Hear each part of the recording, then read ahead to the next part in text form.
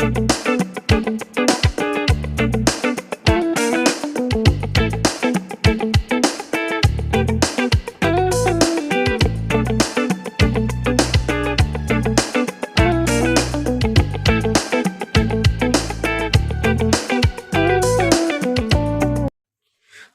गुरु तत्वदर्शी संत रामपाल महाराज जी की जय हो। पूर्ण ब्रह्म कबीर साहेब की जय हो। जगत गुरु का श्री चरणों में दास का दंडवत प्रणाम। श्री गुरु का श्री चरणों में प्रणाम करके मैं आपको सुनाने वाला हूँ श्री कृष्ण भगवान जी की जन्म कथा। आप ध्यान से सुनिए और वीडियो पसंद हो तो चैनल को सब्सक्राइब कीजिए, लाइक कीजिए, शेयर कीजिए।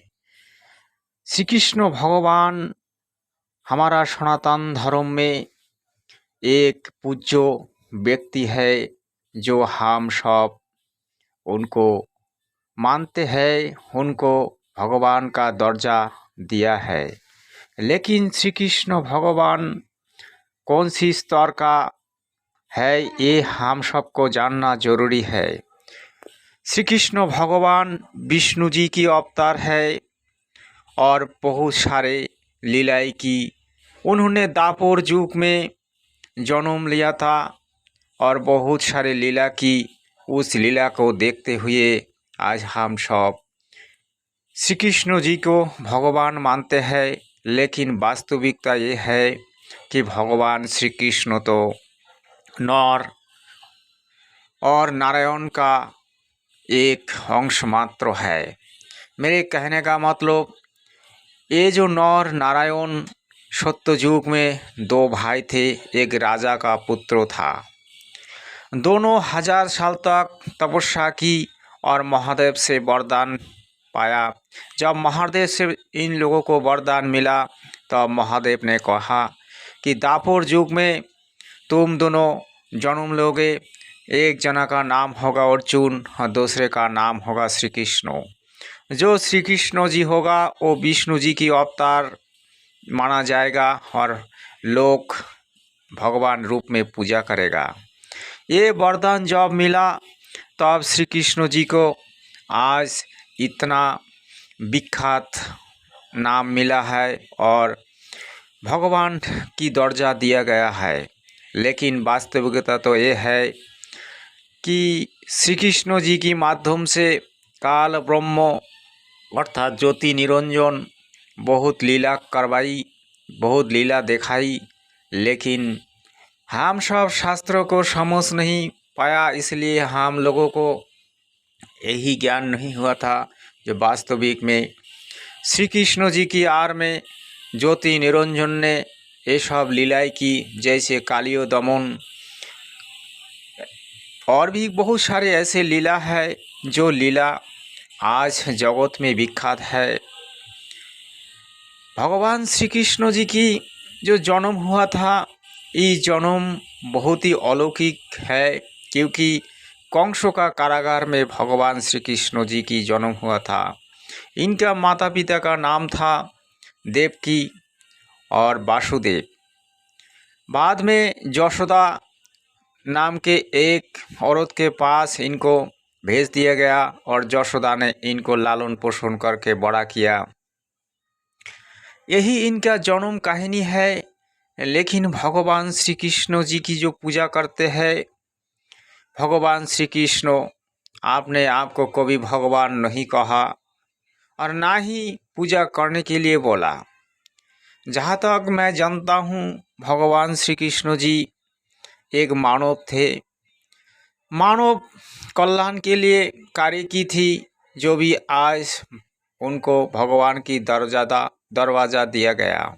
लेकिन आज हम सब इतने भूल चुके हैं कि भगवान श्री कृष्ण जी को परमात्मा मान बैठे और परमात्मा मान के इनको सर्व सर्वा परमात्मा परमेश्वर ये सब मान के पूजा कर रहा है।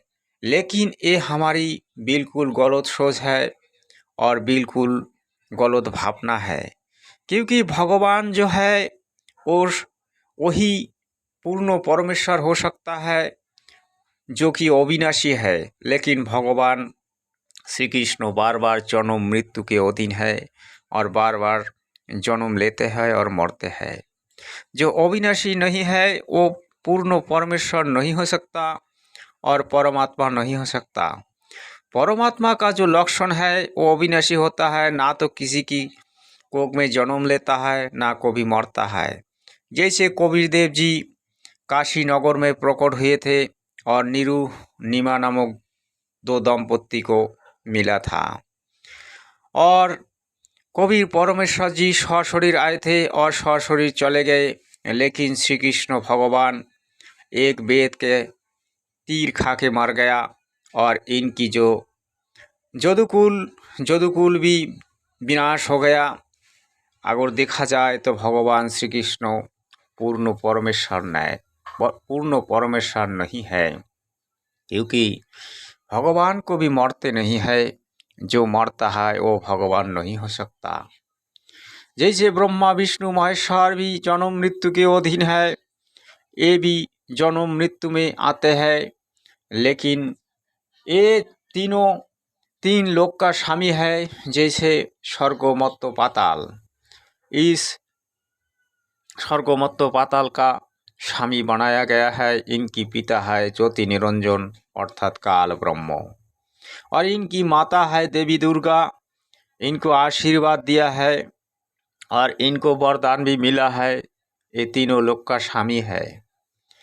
इसीलिए मैं कहता हूँ श्री कृष्ण भगवान जी की पूजा करना बेकार है, क्योंकि पूजा करने का विधान नहीं है, ये शास्त्रों विरुद्ध है। जो पूजा करते हैं वो शास्त्रों विरुद्ध साधना करते हैं, और शास्त्रों विरुद्ध साधना करके हम लोगों को ना तो सुख मिलेगा, ना शांति मिलेगा, ना हमारा गति होगा, ना हम लोगों को मोक्ष मिलेगा। क्योंकि श्री कृष्ण भगवान खुद ही काल के जाल में फंसे हैं और खुद ही जन्म मृत्यु का अधीन है। लेकिन मोक्ष क्या है? मोक्ष वो होते हैं जिसकी पुनर्बार जन्म मृत्यु नहीं होती और बार बार जन्म मृत्यु के अधीन नहीं रहते और 84 लाख योनियों में जो भ्रमण नहीं करते, वही होता है मोक्ष। मोक्ष जो शब्द है, मोक्ष शब्दों का परिभाषा क्या है? मोक्ष होता है जिसको जन्म मृत्यु नहीं होती है, जो अविनाशी होता है। ऐसे हमारा एक खंड है जिसका नाम है सतलोक, सनातन धाम, शासखंड, रिद्धधाम, ऐसे बहुत सारे नामों से जाना जाता है। वही जाके आदमी अमर हो जाता है, वही जाके आदमी को मोक्ष मिलता है। यही सत्य है। अगर आप सत्य को जानना चाहते हो तो जगत गुरु की शरण ले और उनकी जो लिखी हुई ज्ञान गंगा पुस्तक पढ़े। सत साहेब।